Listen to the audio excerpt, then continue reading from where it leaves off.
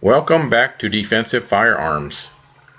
Hopefully at this point you have acquired one or more firearms to train with.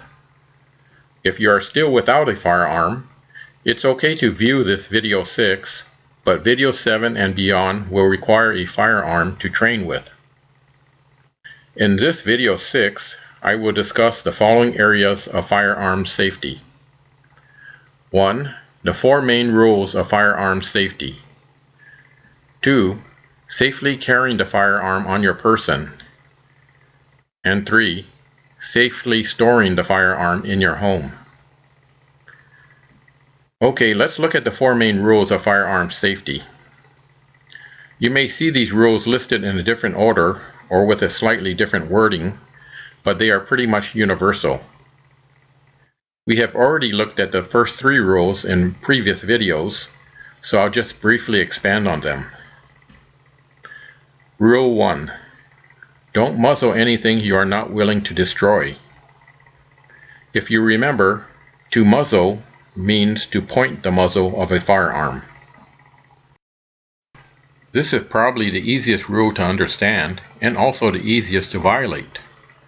Normally when handling a firearm, you want to keep its muzzle pointed up into the air or down at the ground. In reality, however, you will encounter gray areas, which makes it all the more important for you to maintain muzzle awareness at all times.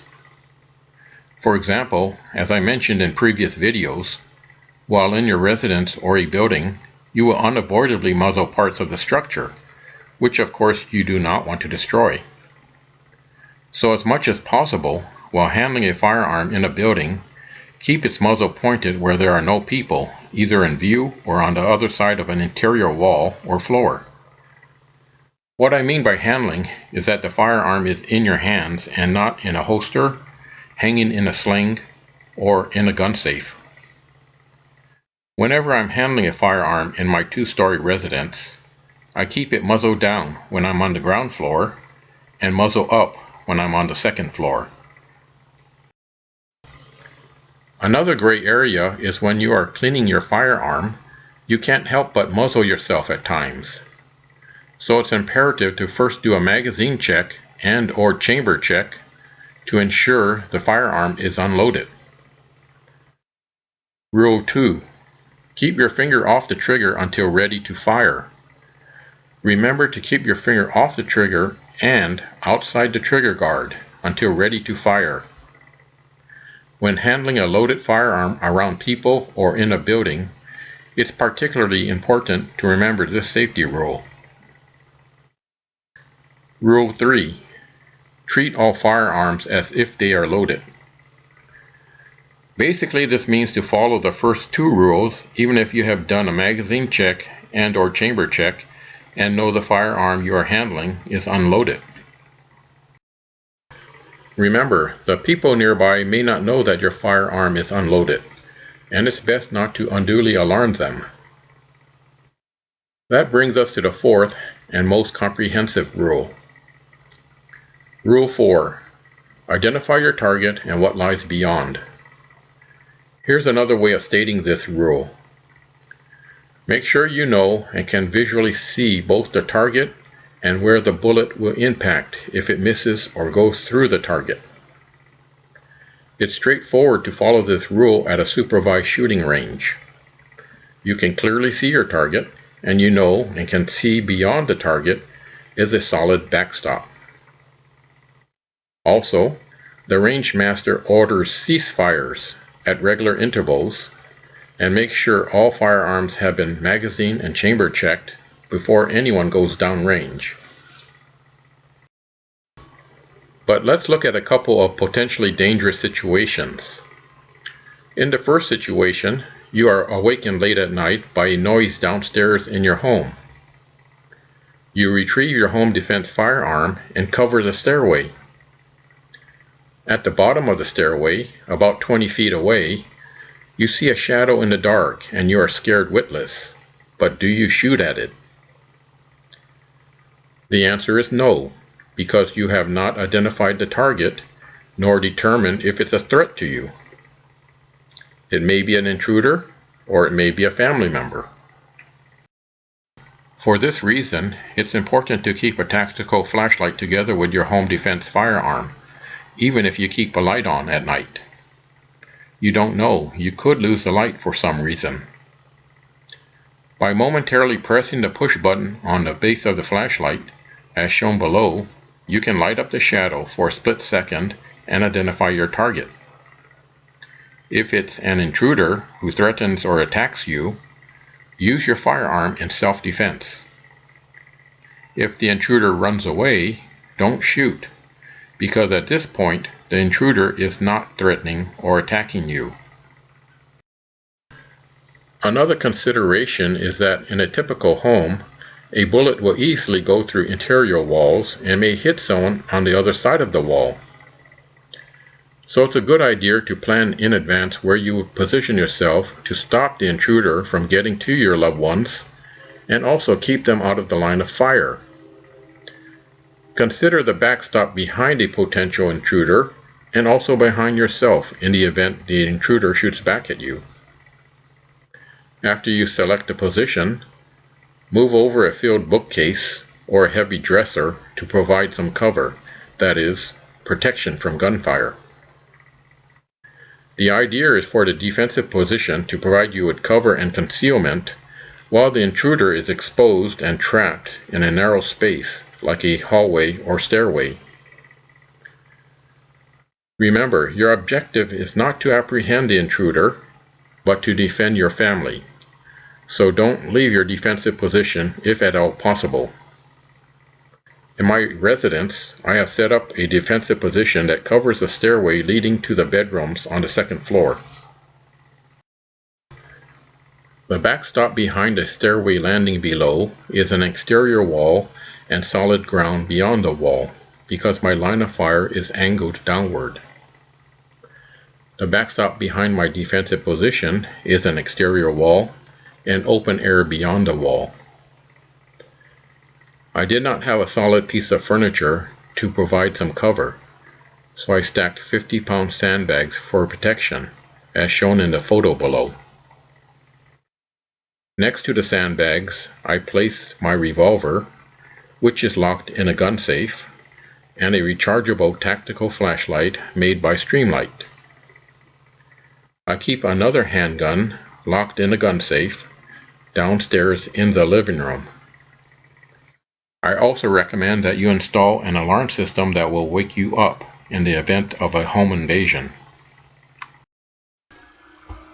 Another potentially dangerous situation in which Rule 4 comes into play is while camping or hiking.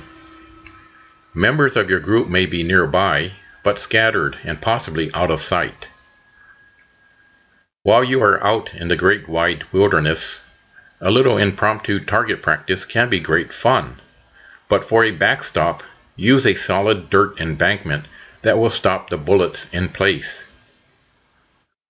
Here are some examples that violate Rule 4 because you don't know and can't see where your bullets will impact. Shooting into the woods. You usually can't see exactly where your bullets will impact, and you don't know who or what may be out there. Shooting at a hard rock surface. The bullet may ricochet and could impact anywhere. Shooting at water.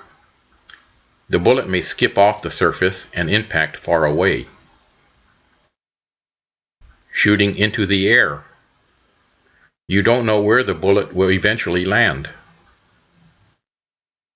And shooting into a dark cave.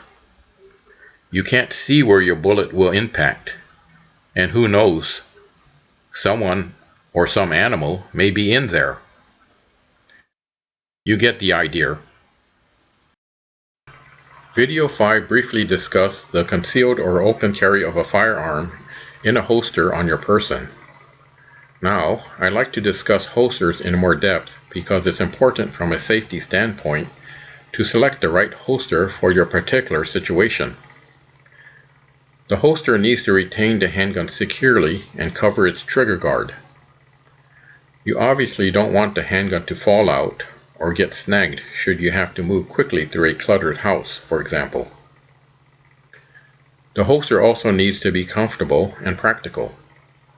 If the holster is uncomfortable or time-consuming to put on and take off, you'll soon stop wearing it.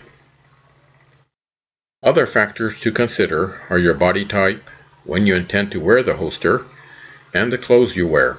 So overall, the choice depends on the individual. Most holsters are made to fit a particular model of handgun and are usually made of leather, nylon, polyester, or a hard plastic called Kydex. Other holsters are designed to fit a general type of handgun, such as a medium-sized revolver with a barrel length of 3 to 4 inches, for example. Probably the most common holster design is the outside the waistband, or OWB holster, which includes belt holsters and paddle holsters. The pants belt slides through slots on the belt holster, whereas the paddle holster has a flat paddle attachment that slides inside the waistband while the holster is outside the waistband. Shown below is my leather belt holster made by D Leather. Shown here is my Kydex paddle holster made by Blade Tech. This holster also includes a belt holster attachment, so you can switch between paddle and belt configuration as needed. Leather holsters usually are more pricey than those made of man-made materials, but both types are durable. Shown here is my nylon belt holster made by Bianchi. This holster incorporates a thumb brake strap to hold the handgun more securely. If you carry a handgun into the great outdoors, it's a good idea to carry it in a holster designed with extra retention, because if the handgun falls out, it may be lost for good. My D Leather and Blade Tech holsters hold the handgun with friction only. The belt shown in these photos is a thick 1 3/4 inch wide leather gun belt made by Galco.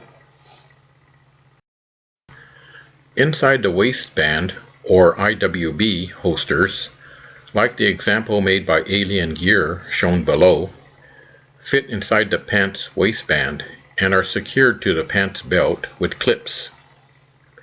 IWB holsters are designed to provide maximum concealment of the handgun. Notice that OWB and IWB holsters hold the handgun with the muzzle pointed down.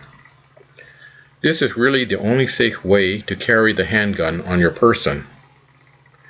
For a beginner, an OWB holster, worn on the side or slightly back on the hip, would be a good place to start. Also common is the shoulder holster, which holds the firearm vertically or horizontally in a harness that hangs from the shoulders. Shown here is a leather vertical shoulder holster on top right and a nylon horizontal shoulder holster below right. It's easier to draw the handgun from a horizontal shoulder holster than the vertical shoulder holster, which is probably why they are popular, but I recommend you avoid them. When the handgun is carried horizontally, it will basically muzzle everyone and everything behind you, which of course violates Rule 1 of firearm safety. This nylon vertical shoulder holster, made by UTG, is a favorite of mine, and it only costs about $21. The harness is designed to attach to the belt on both left and right sides, but I usually don't attach it, or I only attach the right side. I carry extra ammo on the right side, which counterbalances the weight of the revolver, so the harness hangs fairly even as long as I don't do acrobatics. It's easy to draw the handgun in 2 steps. Step 1. Grab the handgun grip and pull it forward, holding the holster with the left hand. Step 2. Attain a firing grip, unsnap the thumb brake strap, and draw the handgun, keeping its muzzle down. Another popular and convenient mode of carrying a concealed firearm is the fanny pack, waist pack, or handbag that is specifically designed for the purpose. I would caution against using an ordinary pack or handbag because in the stress of a violent encounter, you may have difficulty digging out the handgun quickly. Some of the packs and handbags that are designed for concealed carry hold the handgun in a horizontal or angled position, as shown in the picture of a waist pack below right. Like with the horizontal shoulder holster, it's too easy for the wearer to violate Rule 1 of firearm safety. For example, if you are carrying a concealed handgun in a waist pack and your child is walking at your side, the handgun may be pointing directly at his or her head just a few inches away. So if you decide to try the fanny pack, waist pack, or handbag mode of concealed carry, get one that holds the handgun vertically, muzzle down. As I mentioned in video 5, if you need to carry a semi-automatic carbine on your person for long periods of time, a sling is essential. A single-point sling attaches to the carbine at the rear of the receiver, as shown in the picture below left. Although the sling makes it easy to handle the carbine quickly, I do not recommend it because if you walk or run without holding the carbine with at least one hand, it tends to flop around, banging against you and surrounding objects. The two-point sling, like the one shown on my 22 mag carbine below right, attaches to the carbine forward on the handguard and on the buttstock. This sling holds the carbine in place when you walk or run without holding the carbine. Normally, you sling the carbine with its muzzle up or muzzle down, but the muzzle down carry allows you to shoulder the carbine quicker, making it preferable in high readiness situations. Below, I have slung the carbine muzzle down over my left shoulder. I also have on my vertical shoulder holster and backpack. I cobbled this sling together from parts of other slings and some paracord, and included a quick release buckle on the forward end of the sling. If the sling becomes tangled in brush, the buckle can be quickly detached to free it. Now let's look at storing a loaded firearm safely in your home. If anyone living in or visiting your residence may possibly mishandle your defensive firearm, you need to keep it locked up. A gun safe allows you to keep a handgun or carbine loaded and locked up, but quickly accessible. Gun Vault and Hornady are two of the many companies that make gun safes. At the top right is a gun safe for carbines, made by Hornady. Below right is a gun safe for handguns, made by Gun Vault. These safes unlock when you press 4 push buttons in a preset sequence. They also can be unlocked with a key.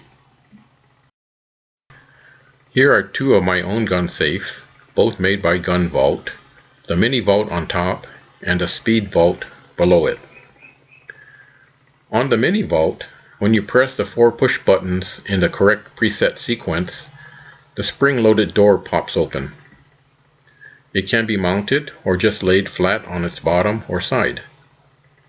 It's easy to hit the edges of the opening and the steel loop on the door as you draw the handgun, but it's passable. On the Speed Vault, when you press the 4 push buttons in the correct preset sequence, a cradle holding the handgun drops down, making it easy to draw the handgun. It needs to be mounted on its top or side. The cradle is deep enough to hold my 3-inch barreled revolver, but not the 4-incher. Also, the 9-volt battery life seems to be short, about 6 months. Okay, in this video I discussed the 4 main rules of firearm safety, carrying the firearm safely on your person, and storing a firearm safely in your residence. In conclusion, see if you can memorize the 4 main rules of firearm safety. The next video to watch is video 7, the modified Weaver stance.